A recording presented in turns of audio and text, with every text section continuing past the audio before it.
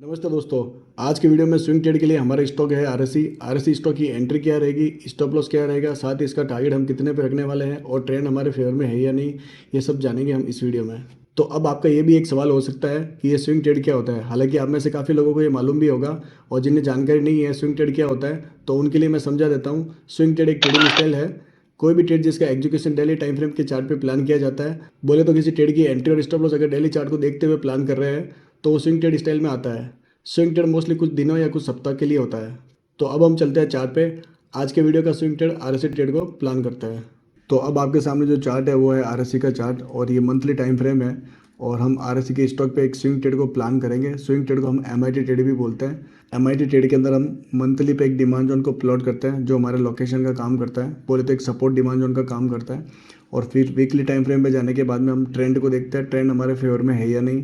तो daily time frame पे जाने के बाद में हम वहाँ पे एंट्री, स्टॉप लॉस और टारगेट को प्लान करते हैं। अगर हमें वहाँ पे एक अच्छा डिमांड जोन मिलता है, एक अच्छा लेवल मिलता है, और वो लेवल हमारे ये मंथली का जो लोकेशन जोन है उसके अंदर कोइंसाइड करता है तो सबसे पहले हम मंथली टाइम फ्रेम पे है, और मंथली टाइम फ्रेम पे हमें एक डिमांड जोन चाहिए जो हमारा सपोर्ट डिमांड जोन है, जिसको हम लोकेशन बोलेंगे। तो पहले हम उसको प्लॉट करते हैं। तो अभी आपके सामने जो चार्ट है उस चार्ट के अंदर हम एक डिमांड जोन को प्लॉट करते हैं।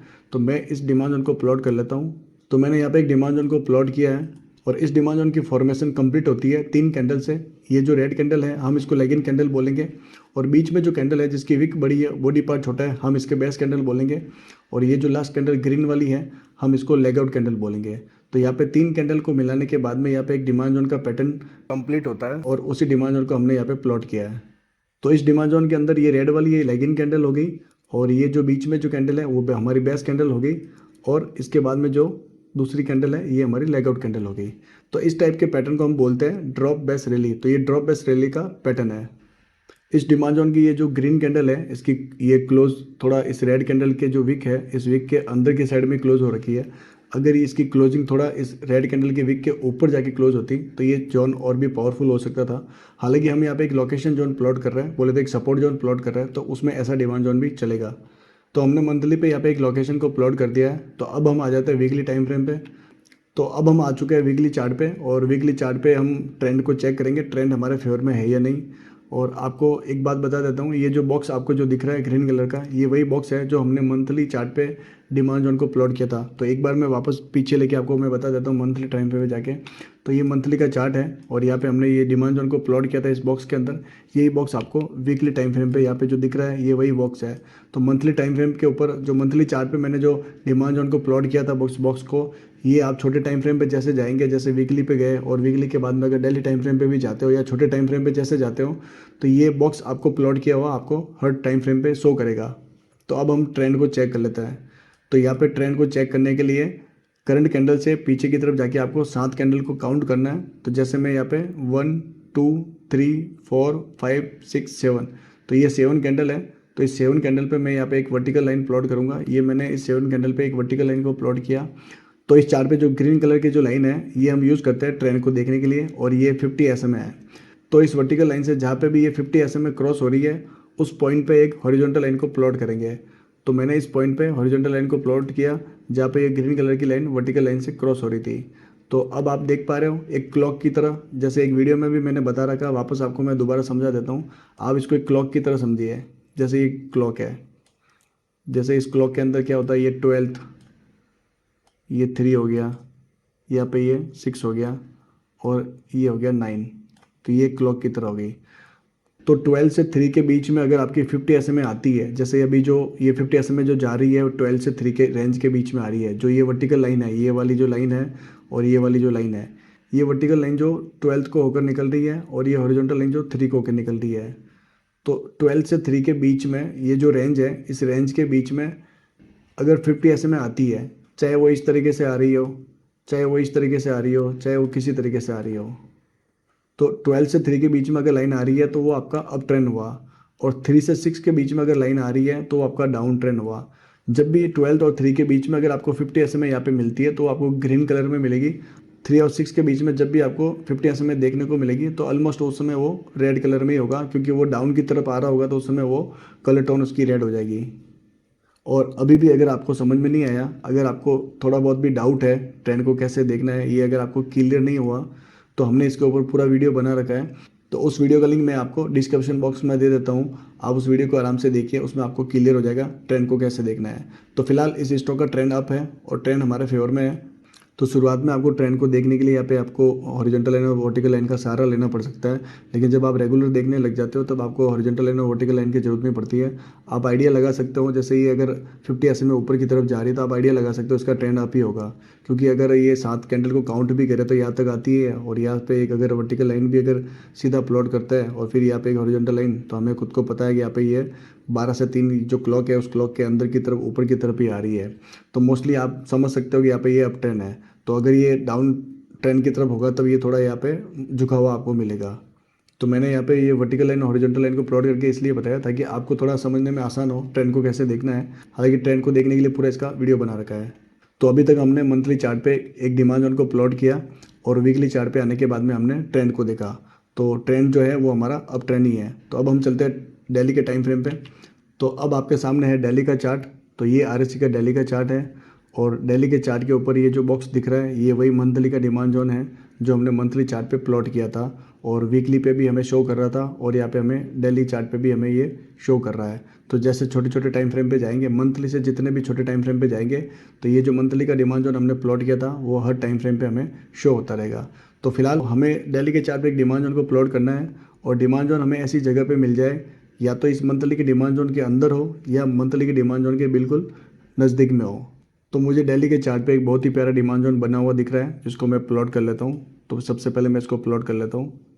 तो मैंने यहाँ पे डेली का डिमांड जोन को प्लॉट कर दिया है, और इस डिमांड जोन को अच्छे से समझने के लिए मैं यहाँ पे जो ये 50 SMA है इस लाइन को थोड़े टाइम के लिए मैं हटा देता हूँ ताकि आपको डिमांड जोन अच्छे से मैं समझा पाऊँ। तो यहाँ पे जो मैंने डेली का डिमांड जोन जो प्लॉट किया है, इस डिमांड जोन के बॉक्स के कलर को मैं चेंज कर लेता हूँ ताकि आप डेली के डिमांड जोन को प्रॉपर समझ पाए। तो मैं इसके कलर टोन को ब्लू कर लेता हूँ। तो मैंने डेली के डिमांड जोन का कलर जो है वो मैंने ब्लू कर दिया है, जिस वजह से आपको डेली का डिमांड जोन या मार्क किया हुआ अच्छे से आपको शो कर रहा होगा। अब इस डेली के डिमांड जोन की फॉर्मेशन जिस कैंडल से कंप्लीट होती है उस कैंडल को थोड़ा सा हम समझ लेते हैं। तो ये वाली जो ग्रीन कैंडल है वो हमारी लेगिंग कैंडल हुई। उसके बाद में यहाँ पे 2 छोटी कैंडल है जिसकी विक बड़ी है और बॉडी पार्ट छोटा है, तो वो हमारी दोनों बेस कैंडल हुई। तो उसके बाद में 2 बड़ी ग्रीन कैंडल है जो हमारी दोनों लेग आउट कैंडल हुई। तो ये वाली कैंडल हमारी लेगिन हुई और ये दोनों कैंडल हमारी बेस कैंडल हुई, और ये वाली जो दोनों कैंडल है वो हमारी लेग आउट कैंडल हुई। तो इन 5 कैंडल को मिलाने के बाद में हमारे डेली के डिमांड जोन की फॉर्मेशन कंप्लीट होती है। तो अब इस डेली के डिमांड जोन की क्वालिटी के बारे में हम समझ लेते हैं। तो पहले तो इस डेली के डिमांड जोन का अचीवमेंट देख लेते हुए, तो इस डेली के डिमांड जोन ने इस सप्लाई जोन को ख़त्म किया, इस सप्लाई जोन को ख़त्म किया और इस सप्लाई जोन को ख़त्म किया। तो एटलीस्ट इस डिमांड जोन ने इन तीनों सप्लाई जोन को ख़त्म करने के बाद में यहाँ पे जाके इसने क्लोजिंग दी है। तो यहाँ पे देखा जाए तो इस डिमांड जोन ने पुराना जो हाई है उस हाई की रेंज को इसने ख़त्म किया है और क्लोजिंग एक अच्छी खासी क्लोजिंग दी है। तो बहुत ही अच्छी इसने क्लोजिंग दी है सारी रेंज को ख़त्म करते हुए, ये जितने भी सप्लाई जोन है इस सप्लाई जोन को ख़त्म करते हुए और पुरानी रेंज को भी ख़त्म करते हुए। तो आप यहाँ पे देखोगे, मैं जूम आउट करके आपको बताता हूँ। तो ये इसका पिछला हाई था, इस हाई को इसने ख़त्म किया और उसके ऊपर जाके इसने क्लोजिंग दी है। तो ये इसकी अच्छी एक क्वालिटी है, ये इसका एक अच्छा अचीवमेंट है। तो मुझे इस डिमांड जोन का एक अच्छा अचीवमेंट लगा। काफ़ी सप्लाई जोन को इसने ख़त्म किया और एक पुरानी रेंज को ख़त्म करने के बाद में एक ऊपर जाके अच्छा क्लोजिंग दिया। और एक अच्छे डिमांड जोन के अंदर 2 लेगआउट कैंडल होनी चाहिए, और यहाँ पे दोनों लेगआउट कैंडल है और दोनों ही एक्साइटिंग कैंडल है। तो ये बहुत ही अच्छा एक डिमांड जोन हुआ। तो हमारे डेली के डिमांड जोन को मंथली के डिमांड जोन का भी सपोर्ट मिल गया, क्योंकि ये मंथली के डिमांड जोन के जस्ट कोइंसाइड करता हुआ एकदम उसके नज़दीक में ये डेली का डिमांड जोन आ रहा है। तो हमारे इस डेली के डिमांड जोन को मंथली का भी सपोर्ट हमें मिल रहा है यहाँ पे। अब ये मंथली का डिमांड जोन जो बड़े टाइम फ्रेम का डिमांड जोन है, ये डेली के डिमांड जोन को कैसे सपोर्ट करता है और ये कैसे काम करता है, इसको थोड़ा एक स्टोरी के हिसाब से समझता है। तो अब आप इस डेली के डिमांड जोन को ऐसा समझिए, इस डेली के डिमांड जोन के अंदर इंडिया के 50 सैनिक है और सामने पाकिस्तान के पास में 500 सैनिक है। अब ये पाकिस्तान अपने 500 सैनिक से इंडिया के इस 50 सैनिक पे हमला करवा देता है। तो अब सोचे क्या होगा, अगर इंडिया के सैनिक पावरफुल रहे तो इस 500 को ख़त्म करेंगे और आगे बढ़ेंगे, और अगर पाकिस्तान के ये जो 500 सैनिक है ये अगर पावरफुल रहे और हमारे इस 50 को ख़त्म कर लिया तो ये फिर आगे बढ़ेंगे। अब मान लीजिए अगर ये 50 सैनिक को ख़त्म करते हैं और ये आगे की तरफ बढ़ता है, बोले तो ये सेलिंग प्रेशर इस डेली के डिमांड जोन को ख़त्म कर लेता है और मंथली के डिमांड जोन को हिट करता है। जैसे हम जो समझ रहे थे, ये 500 सैनिक इस 50 सैनिक को ख़त्म करने के बाद में फिर ये बड़ी वाली रेंज के अंदर जैसे ही एंटर होता है, तो इस बड़ी वाली रेंज के अंदर हमारे 1000 सैनिक है, और ये जैसे 500 सैनिक इस रेंज के अंदर जैसे एंटर होता है हमारे 1000 सैनिक इसके ऊपर हमला करते हैं और पूरा इनको ख़त्म कर लेता है। और जैसे इन 500 सैनिक को ख़त्म करते हैं और हमारे सैनिक फिर आगे बढ़ना शुरू होते हैं, और जहाँ तक इनका टारगेट है उस टारगेट को आराम से अचीव कर लेते हैं। उसी तरीके से जैसे सेलिंग प्रेशर अगर हाई रहेगा तो इस डेली के डिमांड जोन को खत्म करेगा तो सीधा मंथली को टच करेगा, और मंथली को जैसे टच करेगा तो यहाँ पे बाइंग पावर ज़्यादा रहेगा, और बाइंग पावर ज़्यादा होने की वजह से प्राइस यहाँ से वापस ऊपर की तरफ लौटना शुरू होगी। बोल तो जैसे वो मंथली के डिमांड जोन को टच करेगा और वहाँ पे एक बाइंग प्रेशर शुरू होगा जहाँ पे सेलिंग प्रेशर खत्म हो जाएगा, और फिर यहाँ से प्राइस ऊपर की तरफ चलना शुरू होगी जो एक टारगेट तक पहुँचने की पॉसिबिलिटी रखती है, क्योंकि मंथली का जो डिमांड जोन है वो बड़े टाइम फ्रेम का डिमांड जोन है, उसके अंदर बाइंग पावर ज़्यादा है जो सेलिंग को रोकने का काम करेगा और प्राइस को एक टारगेट तक लेके जाएगा। तो इन सारी बातों को समझते हुए, डेली के डिमांड जोन की अच्छी क्वालिटी को समझते हुए, मंथली की डिमांड जोन को एक पावर को समझते हुए, हमारी जो एंट्री रहेगी वो हमारी एंट्री रहेगी इस डेली के डिमांड जोन के जस्ट ऊपर, हल्का सा ऊपर। तो हमारा जो स्टॉप लॉस रहेगा वो रहेगा मंथली के इस डिमांड जोन की सपोर्ट लेता हुआ।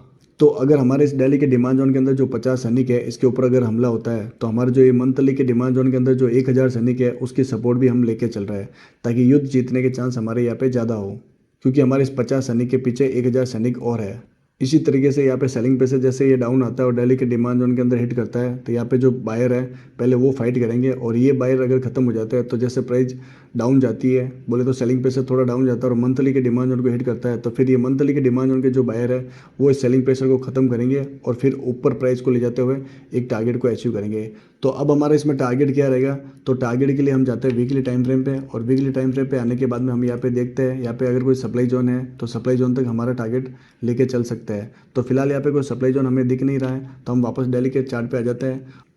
तो आप इसमें जो टारगेट है वो 550 लेके चल सकते हो, क्योंकि इस कैंडल के बाद में प्राइस गैप डाउन ओपन हुई है तो हम ये कह सकते हैं सेलिंग प्रेशर इस कैंडल के बाद में शुरू हुआ है, तो हम इस कैंडल से पहले टारगेट को लेके चल सकते हैं। तो 550 हम यहाँ पे टारगेट लेके चल सकते हैं। तो हमारे इस ट्रेड के अंदर जो हमारी एंट्री है वो 466 है, और हमारा जो स्टॉप लॉस है वो 448 है, और इसके सामने जो हमारा टारगेट है वो टारगेट हमारा है 550 550।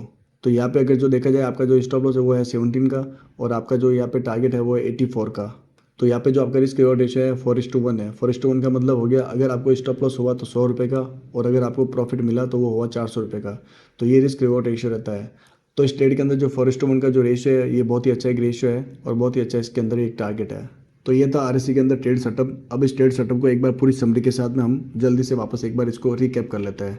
तो मंथली से समझते हैं। तो मंथली पे ये था एक डिमांड जोन जो एक सपोर्ट डिमांड जोन है जो हमने प्लॉट किया था, और वीकली पे आके हमने ट्रेंड को देखा था। यहाँ पे ट्रेंड हमारे फेवर में था, तो यहाँ पे एक अप ट्रेंड है, और फिर हम डेली के टाइम फ्रेम पे आए थे, और डेली के टाइम फ्रेम पे आने के बाद में हमने डेली पे एक डिमांड जोन को प्लॉट किया था। ये वाला डिमांड जोन जो ब्लू कलर के बॉक्स में हमने प्लॉट कर रखा है ये डेली का डिमांड जोन है जिसको हमने प्लॉट किया था, और इस डिमांड जोन का अच्छा अचीवमेंट है। इसने तीनों सप्लाई जोन को खत्म किया, और खत्म करने के बाद में एक बहुत ही अच्छी एक क्लोजिंग दी है। पुरानी जो रेंज थी इस रेंज के ऊपर इसने एक अच्छी क्लोजिंग दी है, और ये वाला जो डिमांड जोन है इस डिमांड जोन को जस्ट कोइंसाइड करता हुआ मंथली का डिमांड जोन भी है। बोले तो इस डेली के डिमांड जोन को मंथली के डिमांड जोन का भी सपोर्ट है। तो हमने जो एंट्री प्लान की थी वो डेली के इस डिमांड जोन के जस्ट ऊपर प्लान की। तो हमने जो स्टॉप लॉस लगाया वो मंथली के डिमांड जोन के अंदर लगाया। तो सेलिंग प्रेशर इस डेली के डिमांड जोन को खत्म करके अगर मंथली के डिमांड जोन को हिट करता है, और मंथली का डिमांड जोन एक अपने आप में बड़ा टाइम फ्रेम का डिमांड जोन है, तो यहाँ पे बाइंग प्रेशर ज़्यादा रहेगा। तो बाइंग प्रेशर ज़्यादा रहेगा तो सेलिंग प्रेशर को खत्म करता हुआ यहाँ पे प्राइस ऊपर की तरफ जाएगी और हमारे टारगेट को अचीव करवा सकती है। तो इस ट्रेड के अंदर जो हमारी एंट्री है वो 466 है, और हमारा जो स्टॉप लॉस है वो 448 है, और उसके सामने जो हमारा टारगेट है वो 550 है।